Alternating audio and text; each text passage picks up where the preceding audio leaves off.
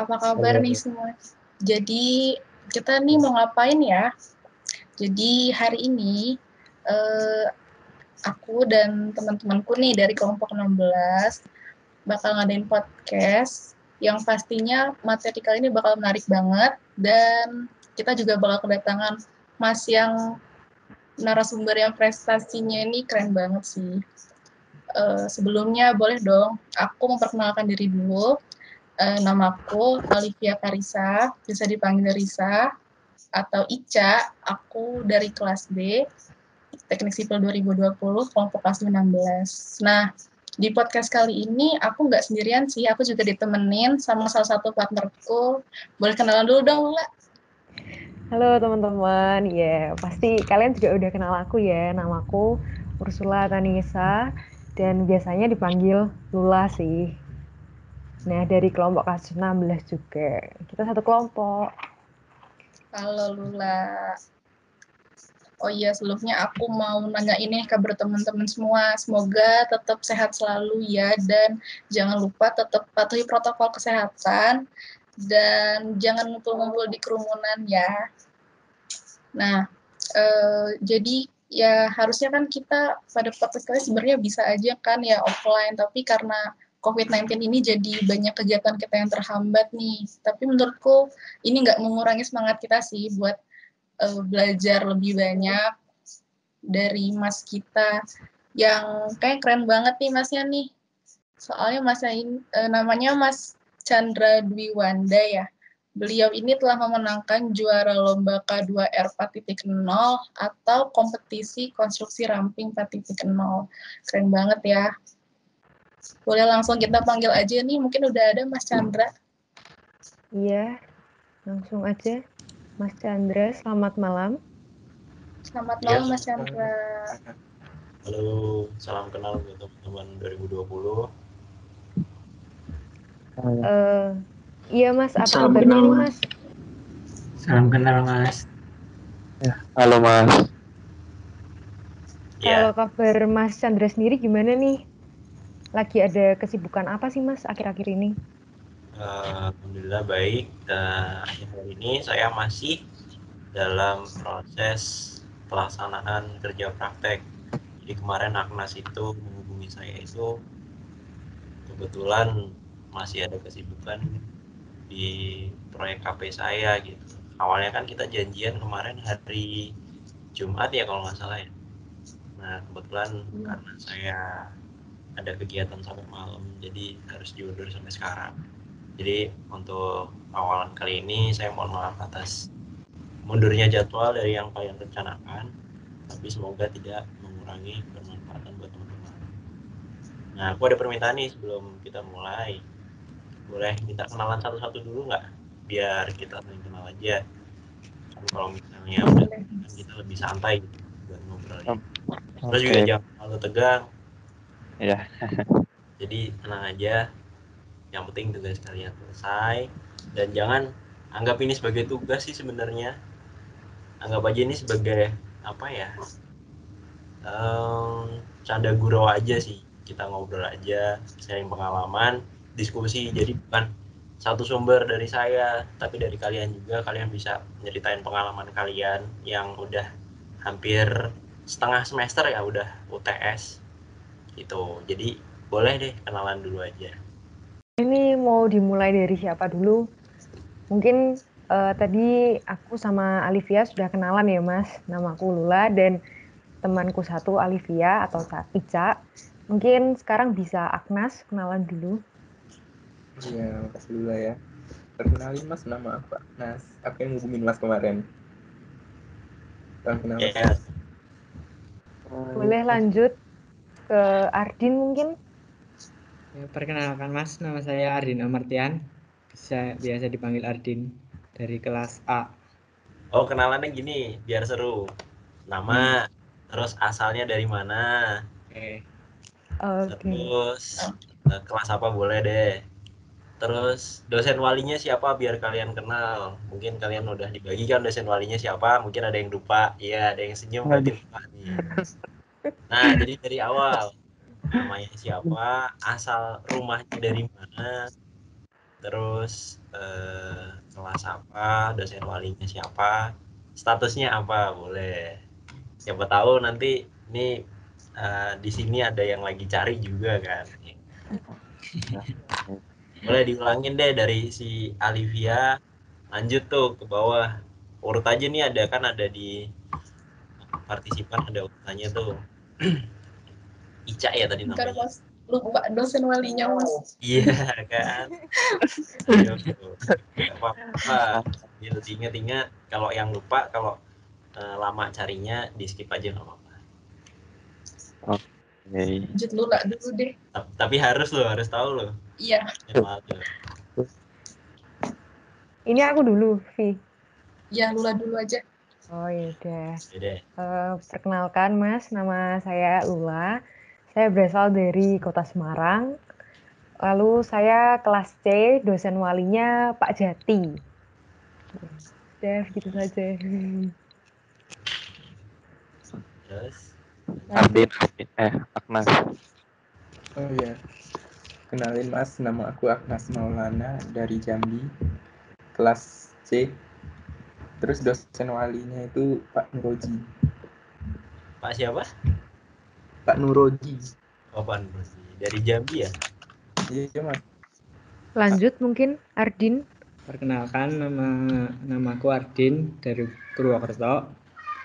Kelas A, dosen walinya Pak Joko Purwanto. Dari mana? Purwokerto, Mas. Oh, Purwokerto. Pak Pur ya? Oke. Lanjut. Aku ya, Siapa? Ayo. Boleh. nama aku Natasha dari Blora, kelas A, dosen wali Pak Wahyudi. Siapa panggilannya? Tasya. Tasya. Oh. Oke. Lah, udah 4, belum ada yang nyebutin status ya? Ya udah deh, nggak apa-apa. Malu-malu. Dosen Oke, wali saya Pak Wahyudi ya? Iya, Pak Wahyudi dosen apa? Tahu nggak? belum tahu. Ya udah, coba lanjut deh. Aku ya. Boleh. Perkenalkan lagi, nama aku Alivia Kanisa, bisa dipanggil Risa atau Ica dari Jakarta. Dosen waliku Pak Himawan. Statusku apa ya? Statusku gitu deh. Gitu. Gitu apa? Menikah. Bener nggak tuh Pak Himawan? Ntar jangan-jangan Pak Joko lagi. Bener Mas. Oke, lanjut.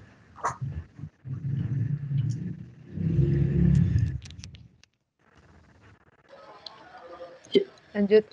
Ya Mas, aku ya Mas. Siapa?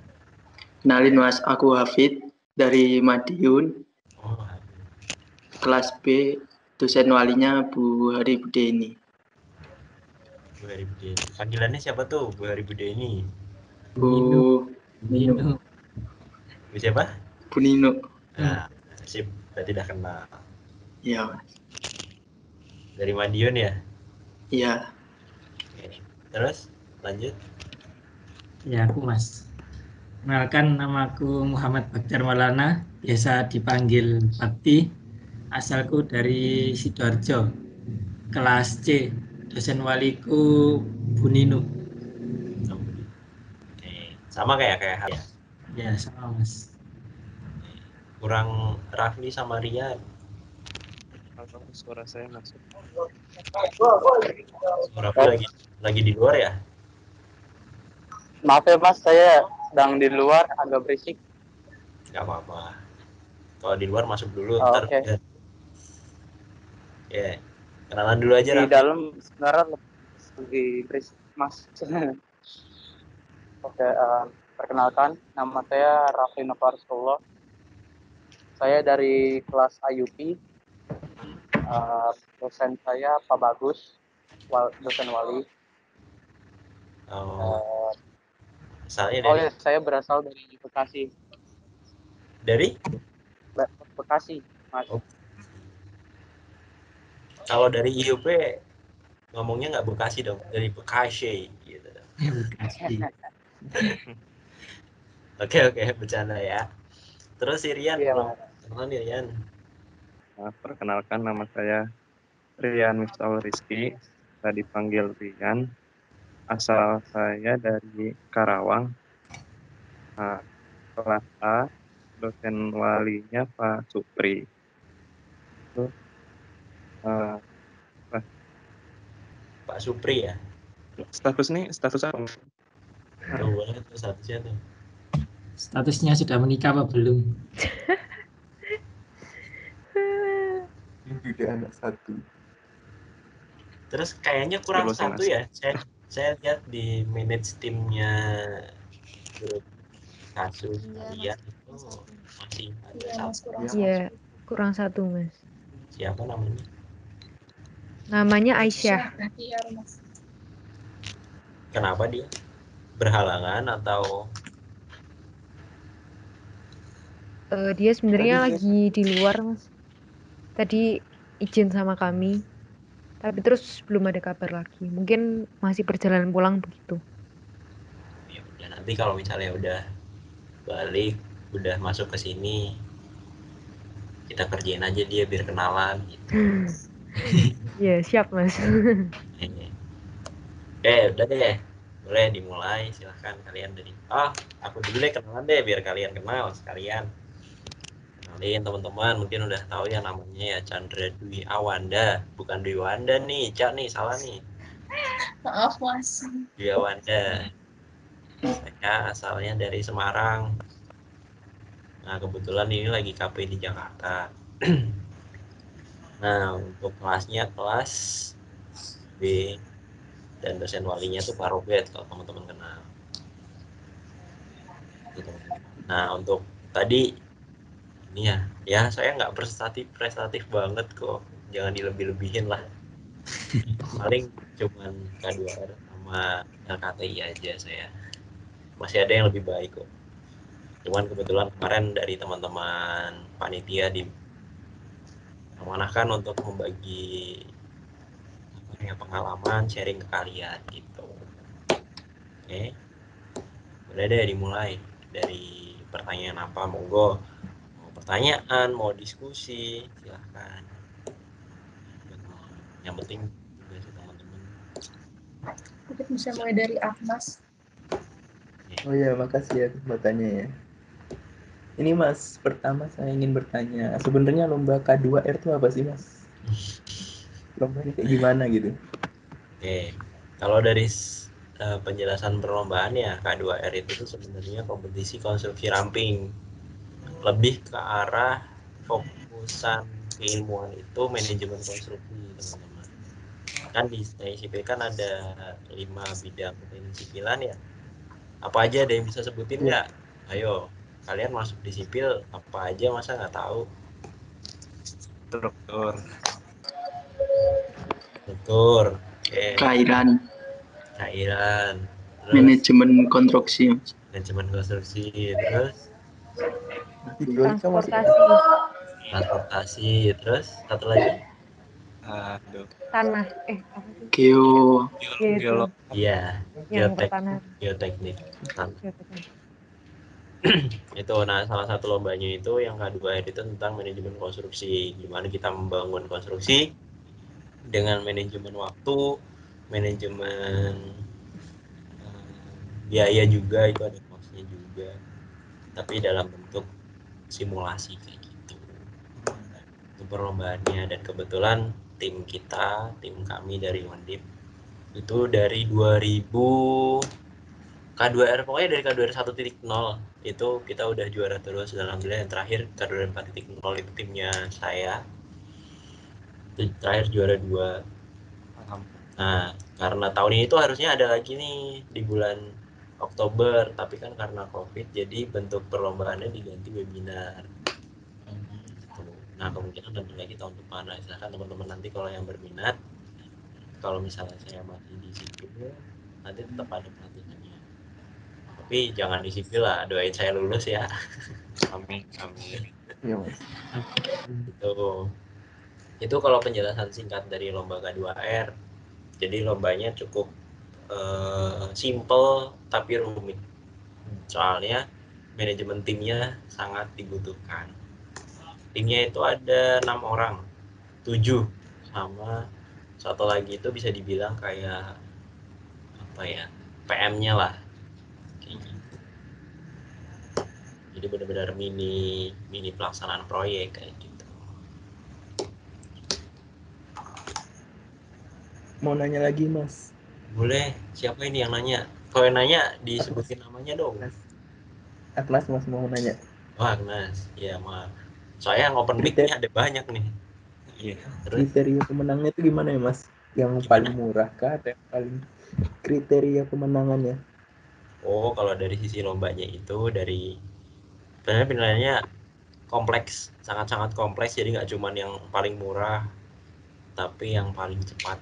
Sebenarnya murah enggaknya itu sebenarnya nggak ada cost yang harus istilahnya gini, gampangnya kita udah ditentuin kan, itu kan gamenya pakai ini ya, pakai Lego.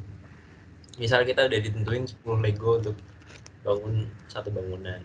Nah, akan terjadi lonjakan cost itu kalau misalnya kita nambah satu Lego lagi. Jadi 11 Lego. Nah, itu masuk ke budget yang lebih.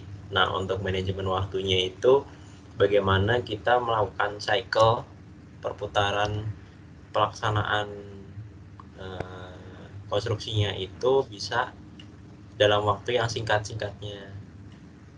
Nah, untuk sesuai teori itu tuh masuk ke dalam materi lean construction. Gitu. Sebenarnya ini tuh materi S2, teman-teman. Jadi emang harusnya itu perlombaan ini tuh ada salah satu tim yang dari S2. Maksudnya salah satu anggota tim yang dari S2, tapi karena kita kemarin keterbatasan orang ya, dan kebetulan tekad kita untuk mau belajar itu cukup. Jadi dari pembimbing kita itu Pak Riki mengizinkan untuk dari S1 semua kayak gitu. Jadi akhirnya kita berusaha yang terbaik dan akhirnya bisa juara kayak gitu. Itulah kalau bahasan tentang lomba, menurutku kalian masih luas banget untuk lomba-lomba di sipil. Di 5 bidang teknik sipil dan sipil itu benar-benar ada masing-masing eventnya di setiap univ. Itu pasti kalian belum atau A circle kan, itu di situ ada informasi lomba kalau teman-teman kenal sama circle gitu. Oke. Ada yang SMA-nya di sini anak kir, nah, apa ya, karya ilmiah remaja atau yang suka lomba gitu, ada nggak? Rian nih kayaknya. Enggak Mas. Agnes juga Mas, Agnes. Lomba. Tidur saya Mas SMA. Nah kalau yang udah basicnya suka lomba, silahkan nanti di kuliah dikembangin lagi, karena itu bisa banyak profitnya lah kalau misalnya lomba di kuliah. Yang utama kan bisa menuin CV gitu. Wow. Keren juga ya Mas ya. Mau tanya Mas Rian. Boleh. Kan kalau lomba-lomba gitu kan pasti nyita banyak waktu ya Mas, apalagi di sipil juga kita kuliah udah lumayan padat lah dengan tugas-tugas segala macam. Cara Mas mengatur waktu biar apa ya namanya, biar manajemen waktunya gitu, biar nggak terbengkalai kuliahnya itu tuh gimana Mas? Oke. Sebenarnya kalau misalnya kalian rasakan kuliah offline itu lebih greget lah istilahnya. Saya tahu kok kalian prosesnya dari sebelum UTS kemarin sampai UTS itu kalian full ya, padat banget jadwalnya karena proses PMB itu kan mundur dari jadwal yang ditentukan dulu. Jadi kalian istilahnya kita ini yang semester atas kalian itu masuk 2 minggu sebelum kalian PMB. Jadi kalian itu masuk sebenarnya udah agak sebelum dari kita gitu. Jadi makanya kalian ada kuliah sampai hari Minggu ya kalau nggak salah ya, atau hari Sabtu gitu, dan sampai malam. Nah kalau misalnya kuliah offline sebenarnya ya sama sibuknya, tapi lebih ke arah tugas yang banyak, terus kegiatan organisasi yang kita harus lewatin, karena kan proses kita penyesuaian dengan dunia kampus kan ya lewat kayak gini, LKMMPD, PMB, dan sebagainya itu. Nah, kalau misalnya kita compare ke kegiatan-kegiatan dari kuliah, terus kegiatan organisasi, ditambah sama lomba-lomba. Kebetulan kan saya juga dari semester 2, masuk ke himpunan itu semester 3, berapa ya, lupa saya. Pokoknya tahun pertama itu HMS 2018 saya jadi staff. Itu saya pernah melaksanakan lomba di Jogja, di Atmajaya. Itu lomba beton. Menarik karena perlombaannya itu tuh dia sifatnya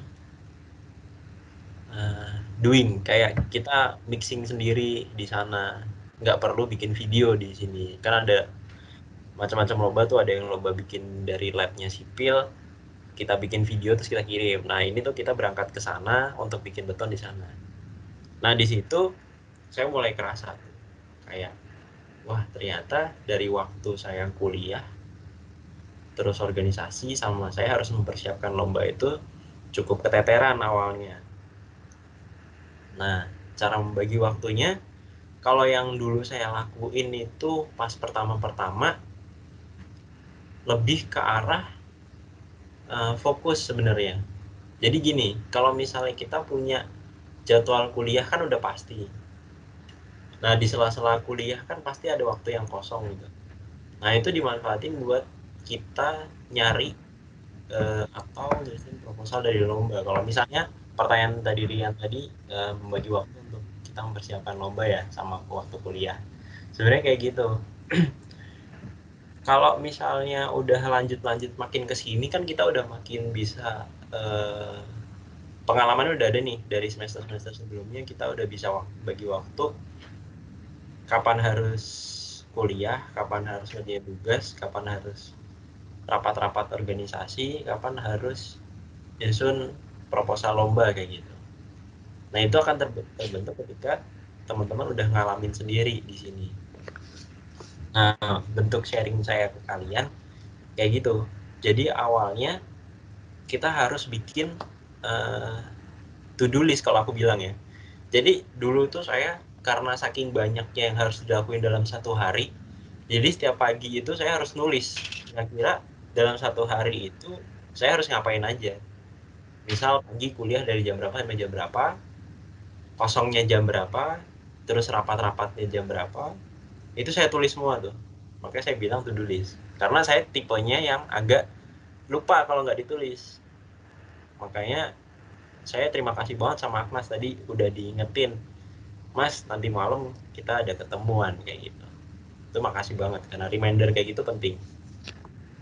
Terus habis itu baru kita susun skala prioritas. Misal kalau skala prioritas tuh bahasa teorinya ya, gampangnya kalau bahasa kita nih yang harus diselesaikan dulu yang mana kayak gitu. Itu pasti. Misal dalam satu hari kuliah udah pastilah dari pagi sampai sore itu kita harus free, waktunya free untuk kuliah. Jam 8 sampai jam 16. Kalau misalnya kuliah offline kan rentang waktunya segitu. Kita mau ngambil 2 matkul, 3 matkul dalam satu hari, pasti waktu itu akan terambil untuk kuliah. Nah, dengan tugas yang banyak, kamu harus tahu hari itu tuh kamu mau ngapain aja. Misal bakal ada rapat sampai sore, atau bahkan sampai malam, atau sampai sore, terus dari habis maghrib sampai malam kamu ada acara keluarga di rumah. Kadang kan kayak gitu kan, ada yang bukan harus sih, orang tuanya pengen ngobrol kayak gitu, waktu yang harus kalian siapkan kayak gitu. Tadi sempat hold on ya, kalau nggak jelas bilang ya, soalnya sinyalnya di sini agak kurang baik. Baik. Siap, Mas. Nah, waktu-waktu yang kadang kita pikir itu nggak penting, tapi itu kita butuhkan dalam satu hari itu kita tulis. Nah, baru deh kalau misalnya udah dalam satu hari itu udah tercapai semua, waktu yang kosong itu kita harus manfaatin. Jangan, ya gampangnya kalau emang kita lagi mager ya kita scroll IG lah, scroll YouTube dan sebagainya. Dulu emang saya awal-awal kayak gitu. Ya nggak tempiri lah, karena kita juga kadang jenuh ya sama mata kuliah sipil yang udah banyak. Cuman ya saya kayak gitu, manfaatin waktu dari yang sisanya itu saya mau ngapain lagi, yang bisa saya lakuin itu apa gitu. Akhirnya saya belajar untuk lomba, karena emang dulu pertama kali saya di himpunan saya masuk ke dalam bidang riset. Kalau yang sekarang ini namanya bidang Rinov kalau teman-teman tahu. Dulu itu waktu saya masuk jadi staff itu masih namanya bidang ristek, riset teknologi. Ada ya, ini sih gara-gara apa ya, bener kalau misalnya orang bilang karakter kita dibentuk sama lingkungan. Kalau ada yang setuju di sini, saya sangat mempercayai itu sebenarnya. Jadi emang targetnya saya di kuliah itu kan berprestasi lah istilahnya, gampangnya kayak gitu. Saya masuk kuliah udah benar-benar beruntung gara-gara masuk lewat jalur SNM. Cara saya bersyukur apa? Yaitu makanya saya punya tujuan, aku harus punya sesuatu di sipil. Makanya saya coba untuk dari awal masuk kuliah saya harus ikut lomba kayak gitu. Jadi emang karena udah punya tujuan sih di kuliah. Walaupun ya sampai sekarang masih yang dicapai prestasinya masih 2. Dari saya ikut lomba itu sekitar 6 atau 7, itu baru juara 2 kali. Karena emang apa ya, bisa dibilang tuh yang namanya lomba sama teori kuliah itu kan ya 11-12, cuman kita kadang pelaksanaannya nggak tahu kayak gimana gampang gitu. Nah terus balik lagi ke yang tadi, kita melakukan to-do list, terus kita susun prioritas mana duluan yang harus kita lakuin. Baru deh tuh kalau misalnya teman-teman kenal yang namanya matrix time management, itu saya diajarin sama Mas Faisal 2014 waktu saya KMMPD. Sama kayak kalian, cuman kan dulu offline. Jadi di dalam ruangan saya dijelasin sama Mas Faisal, itu pemateri juga di KMMPD. Saya diajarin tuh caranya bikin matrix time management tuh kayak gimana. Jadi itu ada yang namanya penting tidak penting sama mendesak tidak mendesak. Nah itu kalau misalnya dulu awal-awal saya rajin tuh kayak gitu, saya masukin metrik, lama-lama ya biasalah mager. Tapi yang nggak saya lupain tuh selalu bikin to do list, saya sehari ini mau ngapain, itu selalu. Jadi kalau misalnya teman-teman lihat di bookstore gitu ada note yang kecil, sticky note yang kecil, itu selalu ada di kantong saya. Jadi misal hari ini mau ngapain aja itu saya tulis. Kalau udah selesai di hari itu, saya tempel di tembok. Oh saya udah ngelakuin apa aja dalam 1 minggu, baru kita evaluasi. Oh ternyata kita belum produktif di hari ini, di minggu ini. Berarti minggu depan kita harus ganti, misalnya kayak gitu. Itulah kalau secara apa ya, secara formalnya kayak gitu yang saya lakuin. Tapi ya secara non formalnya, maksudnya secara gampangnya lah main-mainnya itu, ya kita harus benar-benar pintar bagi waktu. Main itu juga satu bagian yang harus kita lakuin di dalam 1 minggu. Jangan sampai kita nggak main. Ya gampangannya stres lah kalau misalnya kita nggak main. Gampangannya ya kalau misalnya nggak bisa main keluar, ya ada satu waktu yang kita nonton film atau apa, itu bikin kita nggak stres. Soalnya saya pernah tuh dalam 1 bulan tuh benar-benar fokus kuliah. Apalagi ada tugas GSB kan. Kalian semester 1. Wah itu saya dari pagi di kosan teman saya, karena kan partner ya berdua yang ngerjainnya. Itu saya sama teman saya ngerjain nonstop dari pagi ketemu pagi, ngerjain gambar GSB karena deadline waktu kan. 1 bulan saya sakit, stres. Udah dari situ Berarti belajar dari pengalaman, misalnya kayak gitu. Oh, udah deh. Makin kesini udah bisa bagi waktu, udah tahu apa yang harus dilakuin. Jadi makin bisa untuk ikut macam-macam gitu, ikut organisasi, ikut lomba gitu. Kepanjangan ya jelasin ya. Nggak apa-apa Mas. Ntar yang dimasukin podcast yang potongan-potongan aja ya. Kita santai lah di sini lah. Aku tadi awal-awal udah tegang nih, si Ica ngomongnya udah formal banget ya. Selamat malam teman-teman. Aduh. Udah lah. Kita Maaf ya, Mas. di sini ngobrol lah.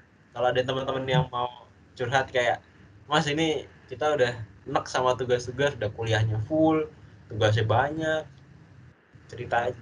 Nanti siapa tahu kita bisa saling berbagi lah. Mungkin tadi yang kalau yang matrix time management, kalau ada yang bingung itu apa, boleh search atau nanti aku jelasin deh kalau misalnya kalian mau, kalau ada yang bingung. Kemarin itu juga jadi tugas individu kami Mas waktu LKM MPD itu. Nah, yang matriks itu. Yeah. Nah, kalian udah tahu kan berarti. Sebenarnya tuh kalau kalian ikut kayak ginian nih, ikut KMMPD, PMB, itu kalau misalnya kalian ngerasa, aduh ini tugas apaan sih? Udah tugas kuliah banyak, tugas KMMPD banyak. Itu pasti ngalamin, karena saya dulu ngalamin. Tapi coba lewat 2 semester, 3 semester, 4 semester gitu. Kalian bakal kena manfaatnya. Kayak saya gini. Jadi enjoy lah kalau ada tugas-tugas kayak gini tuh, anggap jangan jadi beban. Kalau udah jadi beban ntar malah makin berat. Jadi anggap santai aja, kayak anggap tugas ini jadi pengalaman buat kalian kayak gitu. Terus apa lagi? Sharing dong, kalian udah dapat apa aja dari KMMPD gitu. Dapat tugas panggung. Apa? Dapat tugas yang banyak Mas. Ya apa-apa. Paling apa sih SWOT, bikin time management, bikin life mapping. Terus apa lagi? CV. Terus apa lagi? Esai. Ya, saya banyak ya. Terus paling, soalnya emang itu tugas-tugas yang apa ya, kalau kalian bisa menganalogikanya dari kalian SMA sama kuliah nih. SMA kita kayak di sekolahan sama guru dibimbing bener-bener, kalian harus gini selesai sekolah ya main, atau PR-nya ya dikerjain malam atau bahkan besok paginya masih oke di sekolahan, ya kan? Tapi kalau kalian kuliah itu nggak bisa sama sekali. Misal nih, kalian mau terapin hal yang sama, selesai kuliah main lah, ada tugas bodo amat, terus kalian ketika besok paginya misal masuk, ini kalau aku bahas offline ya, di kampus jam 8 kalian datang, wah belum ngerjain tugas, datang jam 7, kalian nggak bakal nemuin temen di sana, nggak akan ada yang masuk jam 7 bawa udah ngerjain tugas. Yang ada kalian sama-sama berangkat gasik tapi ketemunya sama teman-teman yang belum ngerjain tugas juga gitu. Jadi jangan sampai kalian memperlakukan aktivitas keseharian kalian yang dulu SMA di kuliah ini sama, jangan, pasti beda. Nah, awalnya itu dari mana? Dari PMB ini. PMB, KMMPD itu sangat membantu. Bukan promosi ya, tapi karena saya basicnya bukan teman-teman dari PSDM, kan ini kan program kerja PSDM. Tapi awalnya saya dulu juga mikir kayak, ngapain sih memenuhin tugas kayak gitu kan. Tapi kerasanya tuh mulai semester 3. Saya mulai kerasa itu semester 3, tahun kedua lah. Itu mulai kerasa tuh life mapping. Apalagi sekarang bayangin kalau misalnya kalian nggak punya rencana di kuliah kalian mau ngapain coba? Kuliah pulang lah buat apa? Padahal kayak misal saya udah di semester 7 kan, saya bentar lagi udah lulus, amin, udah ngalamin yang namanya kerja praktek, yang ngalamin dunia yang sebenarnya, wah itu gila sih sebenarnya. Kalian emang harus bener-bener nyiapinnya dari sekarang, dari waktu, pengalaman gitu. Ya alhamdulillah sih dari kemarin yang live mappingnya saya buat di LKMMPD ya, itu saya nulis itu yang saya highlight banget itu ini lomba. Saya udah ngalamin lomba. Proyekan dengan dosen, saya udah ngalamin. Terus ikut organisasi sampai tingkat yang cukup, karena kebetulan bukan sombong ya, saya di sini itu terakhir jadi ketua circle teman-teman.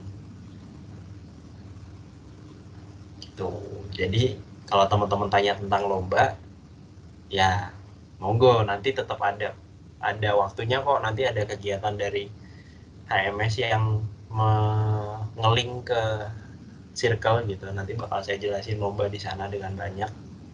Kalian silahkan iklim lombanya gimana, cara ikut lombanya gimana, kemudian hal-hal apa yang bisa kalian ambil dari lomba itu nanti bakal jelasin di sana. Makanya di sini saya nggak jelasin lomba secara detail, karena kebetulan kalian tanyanya ke saya yang membidangi lomba kayak gitu, nanti bakal ada waktunya sendiri buat saya jelasin. Itu jadi teman-teman bikin live mappingnya jangan sampai kalian yang penting selesai lah, jangan. Sumpah itu nanti kalian print sendiri, kalian tempel di tembok kamar, kalian bakal tahu tuh tahun pertama harus ngapain ya, tahun kedua harus ngapain ya. Nah itu pengembangan dari time manajemennya kalian. Yang aku bilang, seminggu kita evaluasi nih, kita udah ngapain aja, terus evaluasi dalam 1 bulan kita udah ngapain aja, baru 1 semester. Nah dari 1 semester itu baru kita compare ke life mappingnya kita, di semester ini kita udah ngapain aja, kita udah kecapai nggak tujuannya di semester ini gitu. Jangan sampai kalian udah selesai UAS, udah istilahnya kalau misalnya dulu SMA rapotan, kalau di sini kan kita udah dapat nilai di KHS, terus udah kalian liburan dan ya terbawa suasana liburan, dan akhirnya besok semester depannya kalian harus memulai dari nol lagi, dari sama kayak di semester sebelumnya. Itu jangan sampai kayak gitu. Jadi tugasnya itu sebenarnya yang ada di LKMMPD itu bakal jadi habit kalian di kuliah, beneran deh. Kalau yang bagi yang ini ya, bagi yang sadar kalau misalnya itu penting. Tapi kan kadang ada yang kita nggak memungkiri lah, teman-teman kita ada yang sukanya emang nongkrong, kuliahnya ya yang penting kuliah, ya mereka emang punya dunianya sendiri. Tapi saya di sini lebih ke arah ya dunia saya mau dibawa kemana kayak gitu. Jangan sampai kalian lulus dari sipil nggak punya pengalaman apa-apa, nggak punya yang mau dibawa ketika kerja, atau bahkan ketika apapun lah, mau berwirausaha pun kita juga belajarnya dari sini gitu.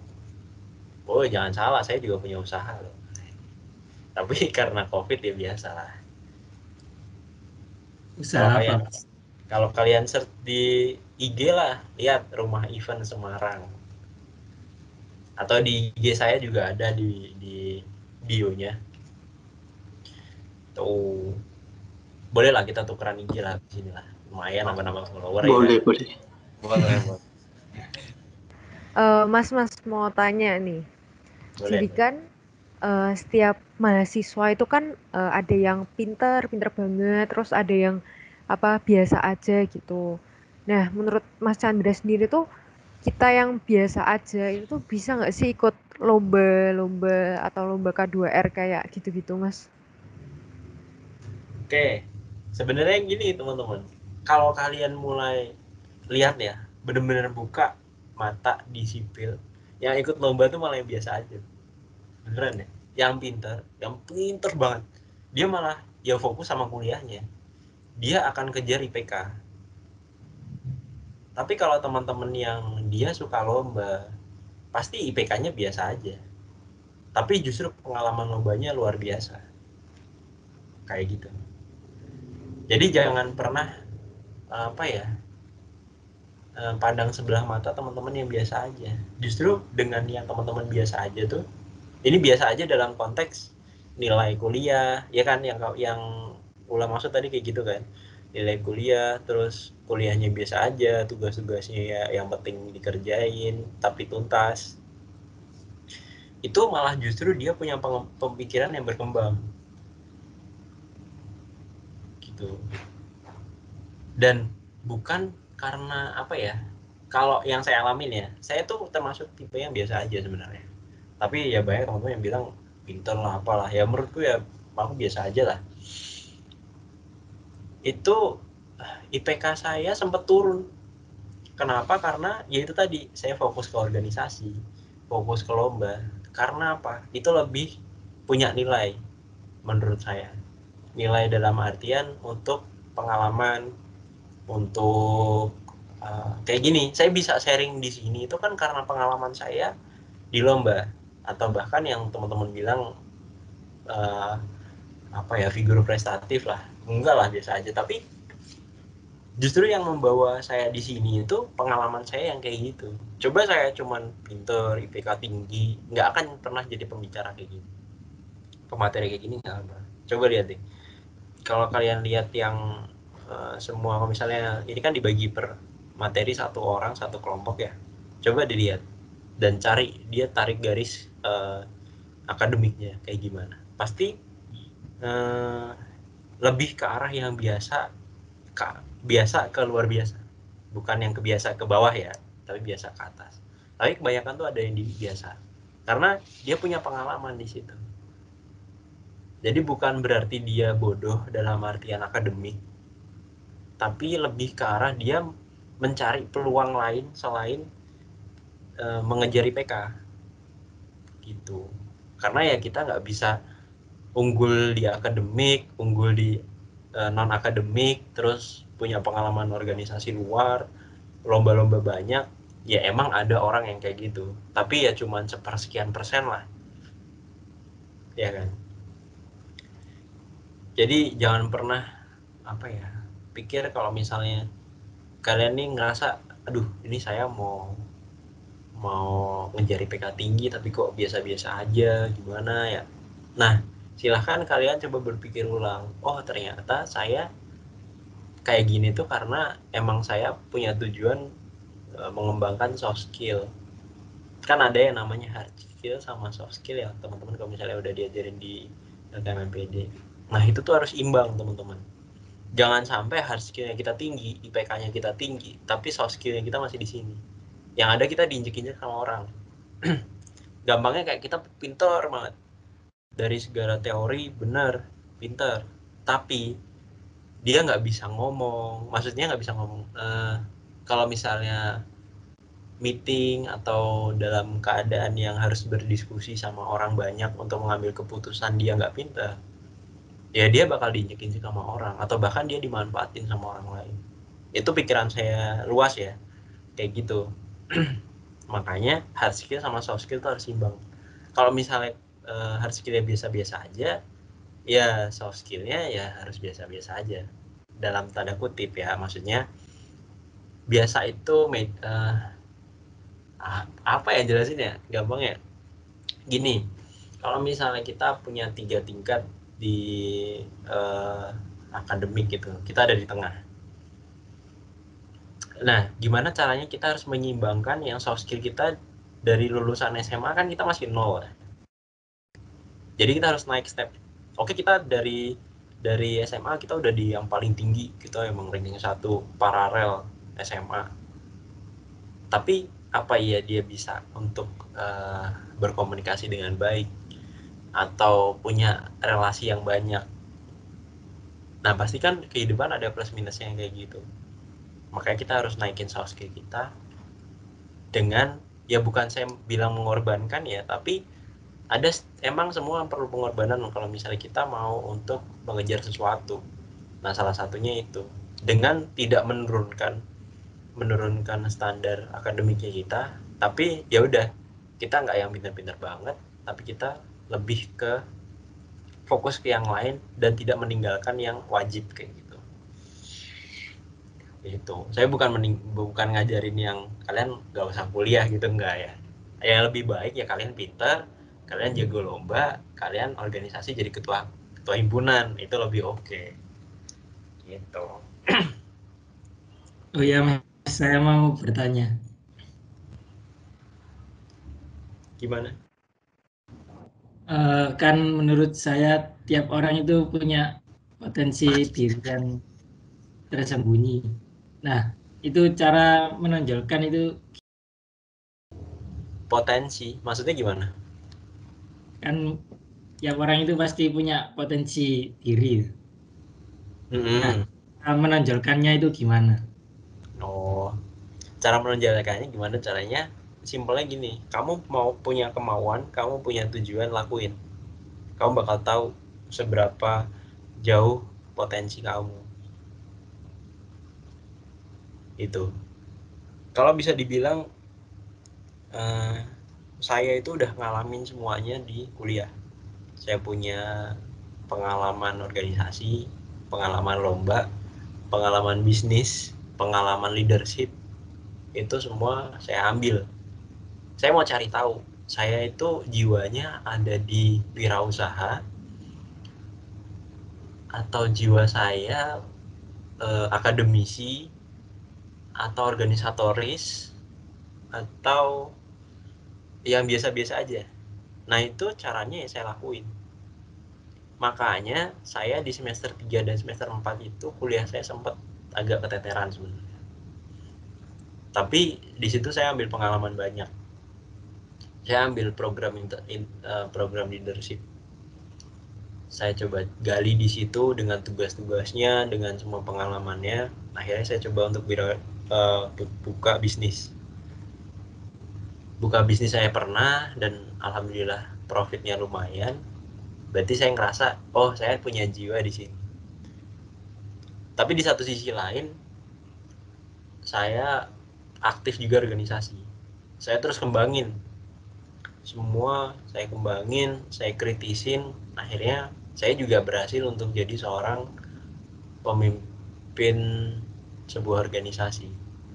Berarti saya bisa bilang, wah saya juga punya jiwa organisatoris. Saya juga punya jiwa untuk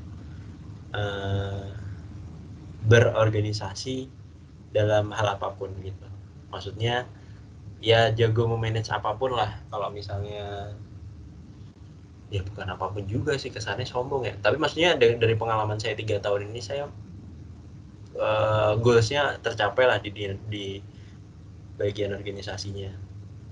Terus saya ambil lomba dan ternyata saya bisa. Berarti saya punya passion juga di sini. Saya bisa untuk menganalisis dan mengembangkan ide-ide saya di sipil gitu. Nah itu si siapa tadi, Bahtiar ya, Bahti. Kalau misalnya kamu mau tahu passionnya di mana, potensinya kalian di mana, dicoba. Kalau misalnya kalian gagal, ya udah berarti bukan di sini. Yang saya tadi bilang, saya lomba itu udah sekitar 6 atau 7 kali, saya lupa. Tapi yang juara kan baru 2/7 itu bukan nilai yang bagus. Jadi walaupun kalian bilang saya figur prestatif, ya saya bilang saya belum sebenarnya. Tapi saya bisa karena saya pernah mengalaminya dan pernah untuk angkat trofi lah gampangnya. Dari kalau saya bandingin dengan teman-teman sipil yang lainnya. Jadi saya punya perbandingan 2/7 untuk diri saya, tapi saya juga punya perbandingan untuk diri saya di lingkungan sipil. Kayak gitu. Ketercapaian yang saya analisis tuh kayak gitu. Jadi kalau mau tahu potensinya, udahlah coba aja. Misal ada yang di sini passionnya model, ikut aja batikin kampus, ada kok. Terus kalau basicnya kalian jurnalis, ikut aja momentum atau apapun yang ada di UKM di Undip. Atau yang suka trading saham macam-macam, Undip juga punya. Dan saya juga lagi belajar itu. Kayak gitu. Jadi kuliah ini tuh kalian coba kembangin semua potensi kalian. Jangan cuman kuliah kuliah tidur karena kalian nggak pulang, karena kalian di rumah, atau bahkan kuliah juga sambil tiduran. Yang senyumnya lebar berarti ini nih, wah kacau. Kalau yang nggak senyum ya jangan ditutup-tutupin lah. Ada yang senyumnya mesem-mesem doang. Gitu, jadi ambil gampangnya kayak gitulah. Kalau kamu mau tahu kamu sejauh mana potensinya, coba. Jangan takut gagal kalau di kuliah. Coba nanti kalau kerja ya. Karena kalau kalian gagal, ya potensi untuk diinjek-injek sama orang nggak mau ya gitulah. Atau potensi gagalnya itu lebih membekas. Kalau misalnya kita di kuliah kan masih belajar ya, kalau gagal wajar dan nggak rugi-rugi banget kalau gagal. Tapi kalau udah kelewat umur 25 baru nyoba bisnis, baru nyoba kalian menemukan ide-ide untuk dunia sipilnya kalian, kan sayang gitu loh kuliahnya.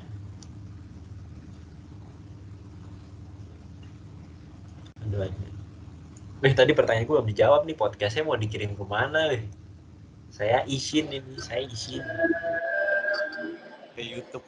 Ke YouTube Mas, sama Instagram kayaknya. Waduh. Nggak apa-apa Mas. Yang penting kan tujuan kita ngobrol lah di sini lah. Itu nilai tugas kalian ya sekedar tugas. Yang penting kan kalian di sini dapat manfaatnya gitu. Jadi jangan jaim-jaim lah. Tadi kaget beneran deh. Udah si Ica ngomongnya. Selamat malam teman-teman.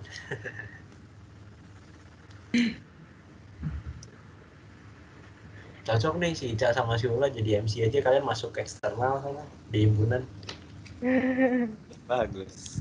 Atau masuk Bemundip lah sekalian. Wah, biar jangan kenal kalau tuh itu kenal sekalian. Yang Jauh Mas. terlalu jauh. Oh berarti kalau terlalu jauh BMFT lah. Itu juga jauh masuknya Mas. Ya, Mas lanjut. mau nanya nih Mas. Lainnya. Saya Natasha. Iya, Natasha. Gimana caranya Mas nyeimbangin antara bidang akademik sama non akademik gitu? Pakai timbangan aja. Aduh. Lagian kayak pertanyaannya tuh formal ini saya yakin ini pasti udah dibagiin. Nah, ya. Bagian. Saya juga udah baca tornya loh, kalian jangan salah. Saya udah tahu pertanyaannya apa aja. Wah, ketahuan ya Mas ya. Aduh, sama tugas so kalian loh. Aduh. Iya nih Mas, gimana cara nyeimbanginnya? Kan non akademiknya Mas Chandra tadi kan itu ya berjualan ya Mas ya. Gimana nih Mas caranya? Berusaha maksudnya. Kok jualan sih? Ya, oke. Saya nyebutin dulu ya. Akademik saya kan ya jelas kuliah di sipil. Non akademiknya saya selama 3 tahun ke belakang itu saya organisasi, lomba, bisnis. Saya fokus 3 itu. Cara nyimbangnya gampang sebenarnya. Yang pertama, kalian perlu melakukan yang namanya apa ya? Kalau saya bilang itu bahasa gampangnya apa sih? Saya tinggi banget bahasanya. Pokoknya intinya semua tertuju sama time management kalian. Kalau dari sisi time management kalian udah berhasil, baru udah seimbangin tuh akademik sama non akademik. Misal kayak dirasa akademiknya kalian, oh saya udah yang penting selama kuliah saya paham. Itu saya cukup. Mau nanti UTS-nya gimana, mau UAS-nya gimana, saya pikir ya itu penilaian selama saya kuliah. Tapi ilmu saya bisa diterapin atau enggak itu saya baru tahu ketika nanti saya kerja. Dan alhamdulillah selama kerja praktek ini saya sedikit-sedikit nerapin ilmu yang saya dapetin kemarin. Tapi dari sisi manajemen konstruksinya. Itu tadi karena saya udah pernah punya pengalaman lomba di manajemen konstruksi. Walaupun nggak secara langsung sama, nggak benar-benar mirip dari perlombaan sama aktualnya di proyek, tapi secara teori saya cukup memahami lah dan saya coba menganalisis di lapangan. Oh ternyata saya cukup paham. Nah sampai di situ saya ngerasa, oh saya udah berhasil lah. Goal saya di akademik saya sudah oke. Walaupun UTS UAS ya walau-walau. Ya tapi alhamdulillah ya IPK masih di atas 3 ya alhamdulillah. Masih di atas 3,25.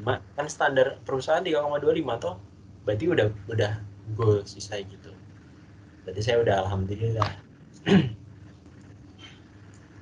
Nah, kalau misalnya tujuan utama kita kuliah ya kan udah tercapai. Istilahnya kalian tujuan kuliah tujuan utama masuk sipil kan ya kuliah ya. Atau ada tujuan masuk sipil buat cari cowok, apalagi yang cewek-cewek ini biasanya kan nyari, wah cowok sipil biasanya ganteng-ganteng, keren lah, kontraktor gitu. Jangan lah ya. Pokoknya kalian masuk sipil kuliah tujuan utama kalian. Nah ketika tujuan utama kalian udah tercapai, udah bukan menunggu tercapai sebenarnya. Dalam prosesnya, dalam stepnya itu, misal tangga, kan setiap semester punya tangganya masing-masing. Yang saya bilang tadi, evaluasi setiap semester. Kalau setiap semester kalian udah mencapai stepnya, kalian harus cari hal lain yang bisa menyeimbangkan otak kanan sama otak kiri kalian. Makanya saya mencoba untuk awalnya ke organisasi dulu.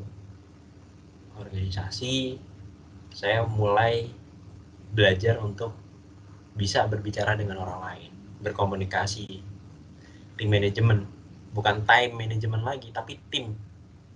Udah belajar untuk tim. Karena ya kalian tahu lah, dunia di sipil kan kerjanya semua berdasarkan tim, nggak sendirian.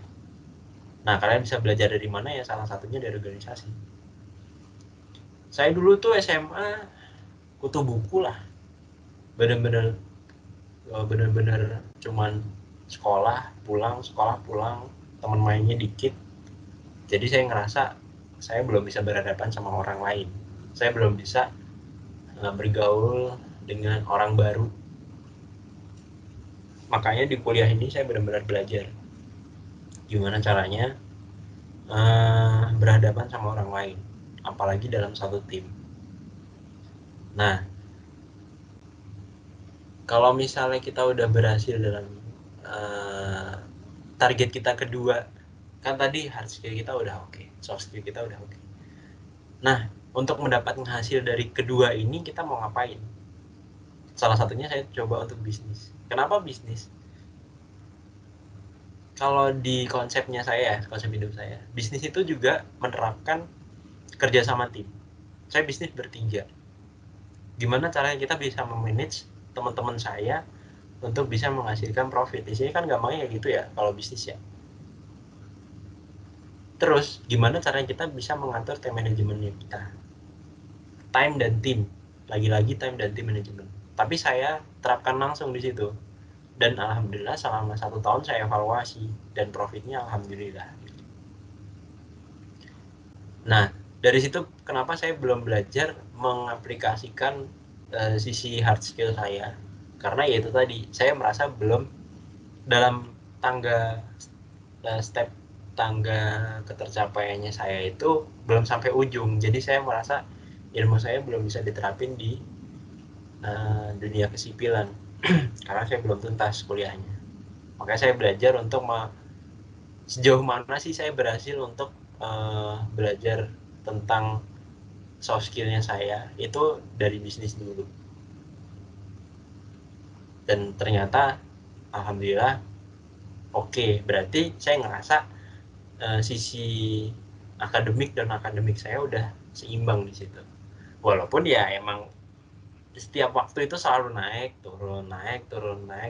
Kayak kita baca trading saham lah, dia dalam satu waktu pasti ada naik ada turunnya, nggak akan selalu seimbang terus, itu nggak akan pernah. Makanya itu pentingnya kita selalu belajar setiap hari, setiap waktu lah, setiap minggu kita evaluasi, setiap bulan kita evaluasi sejauh mana kita udah seimbang atau belum, apa yang harus dinaikin, apa yang harus kita pertahanin, kayak gitu. Natasha, paham nggak? Maksudnya ketinggian nggak penjelasannya? Kalau yang kalian Paham. nanti rasakan ya pokoknya yang penting tujuan utama kalian kuliah itu tercapai. Baru nanti kalian coba kembangin potensi-potensi kalian di situ. Atau dibuat berjalan bareng malah lebih baik. Yang tadi nyambung ke Bahtiar tadi. Jadi selama kuliah kalian juga nyambi ngapain. Ada kok teman saya yang lagi kuliah juga magang di proyek bukan magang sih, dia nyambi kerja pelan-pelan. Itu ada juga dan alhamdulillah dia berhasil juga. Jadi cara orang itu beda-beda. Nah kebetulan narasumber kalian saya kayak gitu. Terakhir nih Mas. Wih udah terakhir aja. Karena Harapan Mas batas waktunya sudah melampaui. Jadi batas waktunya teman-teman enggak, minimal 20 menit kan. Iya, batas waktunya minimal maksudnya. Wah kalian saklek sama tugas sih. Manfaatin peluang dong, saya bilang tadi. Manfaatin peluang mumpung bisa ngobrol. Belum tentu kita bisa ketemu lagi kan. Maksudnya belum tentu ada yang bisa membuat kita tetap muka lagi. Kayak gitu. Apa tadi siapa yang mau tanya? Mas aku mau nanya Mas. Ayo siapa dulu? Satu ya. Aku dulu Mas. Siapa? Ardin. Ya, nama Ardin. Mau tanya. Jadi kan Masnya udah menang 2 lomba ya. Terus seberapa besar sih pengaruhnya dalam hidup Mas? Terus gimana agar nggak ngerasa cepat puas gitu Mas? Seberapa pengaruh? Ya. Wah ya pengaruh banget lah. Terus caranya biar nggak cepat puas gitu gimana Mas? Kalau dalam konsep hidup saya, kalau misalnya untuk puas nggak puas, bersyukur nggak bersyukur, kan dua orang kayak gitu kan, puas atau nggak puas, bersyukur atau nggak bersyukur. Itu saya caranya, yang pertama kalau puas nggak puas, saya lihat ke atas. Jadi dalam step hidup saya itu harus lihat ke atas. Saya punya tujuan kan ada di atas. Jadi saya harus lihat orang-orang yang ada di atas saya. Sejauh mana orang itu dia bisa, misal kayak gampangnya kalian punya si Ardin sama si Rian misal. Si Ardin udah juara 3 lomba, si Rian masih 2 lomba gitu. Dan Rian harus ngelihat Ardin untuk mencapai prestasinya dia. Tapi kalau caranya Ardin untuk bersyukur, Ardin harus lihat Rian. Wah alhamdulillah aku punya udah 3 juara, masih ada teman-teman yang kurang, gampang kayak gitu. Itu cara saya seperti itu. Jadi istilahnya kita nggak sombong-sombong banget, tapi kita masih harus punya hal yang lebih kayak gitu. Jadi nggak keminter dan nggak akan minterin orang, gampangnya kayak gitu. Jadi cuman ya sharing aja. Kalau misalnya kita udah punya hal yang lebih ya kita bagi. Kalau misalnya kita kurang ya kita cari. Siapa sih orang yang lebih baik? Siapa sih orang yang punya pengalaman yang belum kita dapat? Ajak ngobrol, ajak bicara. Dia ngapain aja sih? Dia bisa jadi yang sekarang itu dia sehari-hari ngapain? Dia makan apa sih sebenarnya kayak gitu. Simple lah. Mas, saya mau nanya Mas. Boleh Hafid. Kan Masnya pernah gagal kan? Pernah. Nah, supaya menghadapin dan menerima kegagalan itu gimana Mas? Menghadapin kegagalan ya? Ya. Kalau saya simpelnya, saya itu sebenarnya tipe yang bodoh amat sih. Kalau saya ya, kalau dari kepribadian ya. Jadi kalau misalnya saya merasa dalam kondisi yang di bawah, oh ya udah, emang masanya saya gagal. Tapi saya percaya saya akan naik. Ya kalau masalah kegagalan, masalah kayak gitu-gitu, saya sih ya maaf ya, maksudnya lebih ngaitin ke agama. Jadi takut takut salah menyampaikan, jadi saya coba untuk memperjelasnya dari sisi yang pengalaman saya aja ya. Kalau misalnya saya pernah gagal, ya saya cuman berharap saya udah gagal sekarang, tapi saya nggak mau gagal lagi ke depan. Ya kalau gagal lagi ya saya tinggal bilang kayak gitu lagi, wah saya gagal lagi. Tapi dengan evaluasi diri, kemarin saya kurang apa sih? Misal kalau dari sisi perlombaan ya, kalau gagal ya wajar lah, karena setiap orang berlomba untuk menjadi yang terbaik. Jadi kalau misalnya lomba, ya tinggal kita cari, oh berarti ide saya kemarin nggak realistis, atau ide saya kemarin terlalu muluk-muluk, atau ide saya kemarin nggak bisa jadi yang diimplementasikan di dunia sipil. Karena kemarin kegagalan saya itu rata-rata di perlombaan ini beton, terus KTI, itu saya banyak gagal di situ. Karena kan di sana lebih ke inovasi ya. Nah saya itu kayak gitu, ide perlombaan saya itu lebih ke arah yang menemukan sesuatu. Oh berarti penemuan saya kemarin nggak bagus, atau tulisan kemarin saya itu ada yang salah. Kalau dari segi proposal ya, itu kayak gitu. Beda lagi kalau misalnya kegagalan dalam kehidupan atau bahkan kuliah. Saya juga pernah turun loh. Saya IPK turun itu di semester 3-4. Jadi grafik saya tuh lembah lah. Dari puncak turun ke bawah dan sekarang naik lagi. Nah, di situ saya di 2 semester itu saya cuma mikir, oh saya udah pernah ngalamin di bawah. Saya kemarin kurang apa? Oh ternyata saya kemarin terlalu fokus organisasi, terlalu fokus bisnis, jadi saya lupa sama kuliah. Akhirnya saya kurangin. Itu tadi nyambung ke yang atas ya, ketika kita udah unggul di salah satu, gimana caranya kita menyeimbangkan lagi. Dan akhirnya coba saya bisa untuk naik lagi di semester 5 kayak gitu. Baik Mas, terima kasih.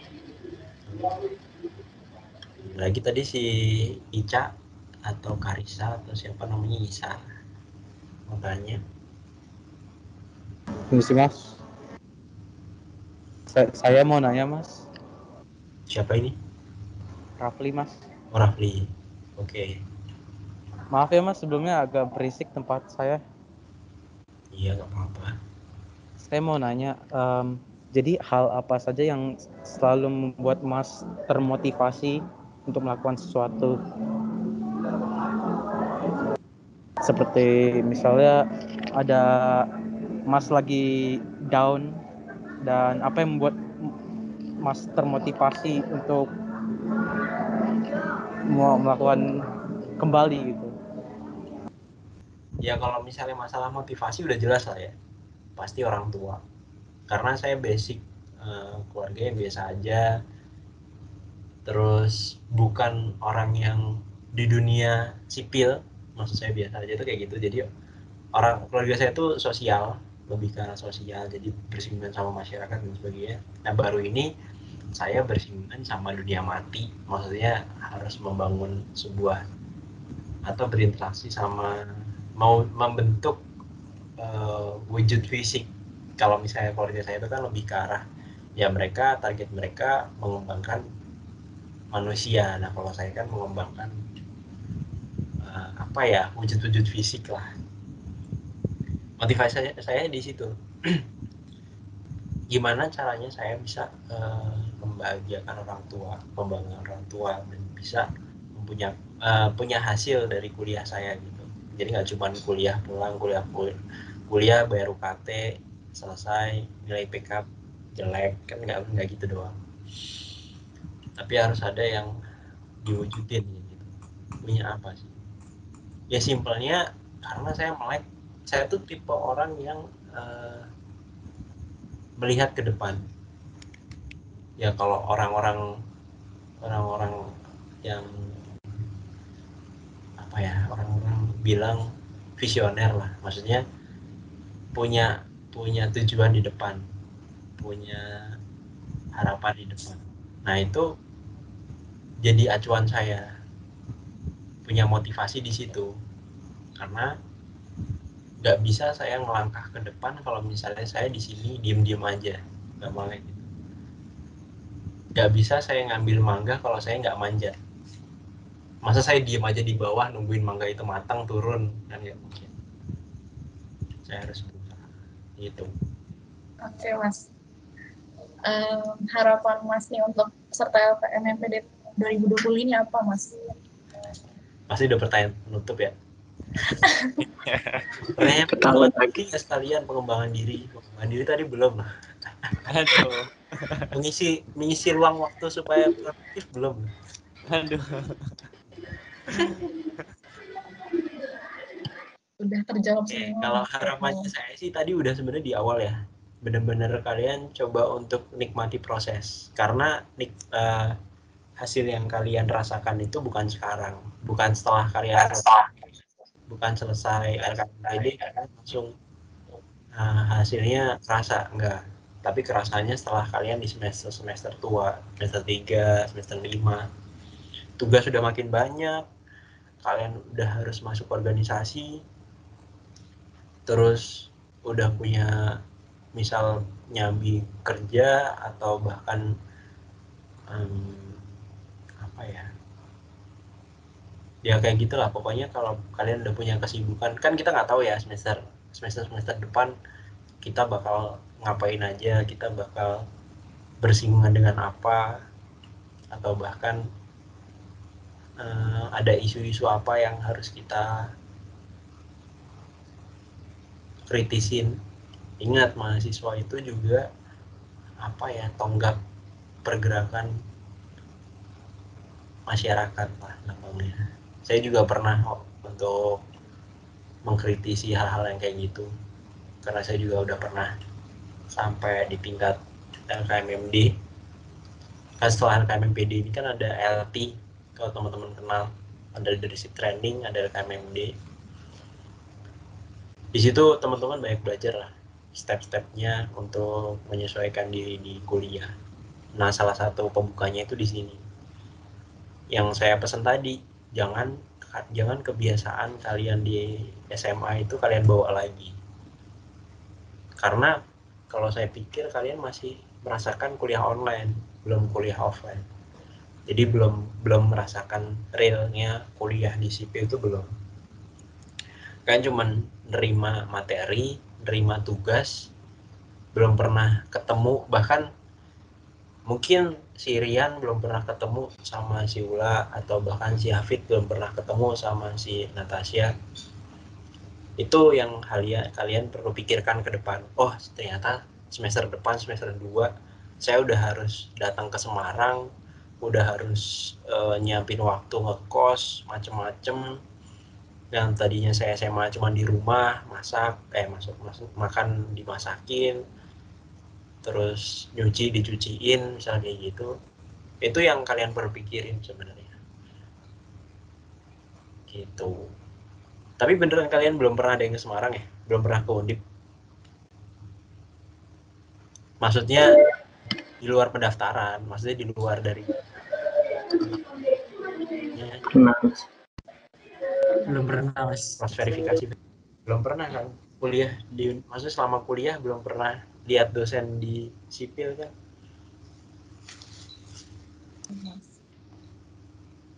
Belum ya? Gitu. Jadi cobalah kalian nikmatin tugasnya, jangan jadi beban. Misalnya nih dapat tugas yang SWOT, benar-benar kalian kenalin diri kalian, yang jadi strength-nya kalian apa, weakness-nya apa, terus di lingkungan kalian yang jadikan kalian opportunity apa, threat-nya apa. Karena di semester ini kalian bakal ngerasa, oh ternyata saya udah berkembang dari yang SWOT saya di semester 1. Misal strength-nya saya kemarin yang masa-masa SMA, weakness-nya saya kemarin pertama-tama itu kurang percaya diri, masih malu-malu. Nah, pas di semester sekarang, semester 7, wah,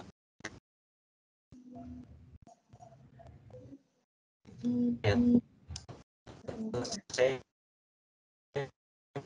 bisa kok jadi seorang untuk saya utarakan. Berarti SWOT saya berubah. Hal yang tadinya weakness jadi strength-nya saya. Kayak gitu. Itu penting untuk evaluasi kalian, apalagi di dunia kerja nanti. Gila, bahasa saya keren banget ya. Santai lah. Kalian kalau misalnya masih ada yang mau diobrolin nggak apa-apa. Jangan terikat sama waktu, mumpung ketemu lah. Jarang-jarang saya jam segini udah pulang. Karena hari ini libur aja tadi. Mas, maaf ini karena sudah malam dan teman-teman juga mungkin mau istirahat. Iya, maaf. Jadi kami tutup ya, Mas. Boleh.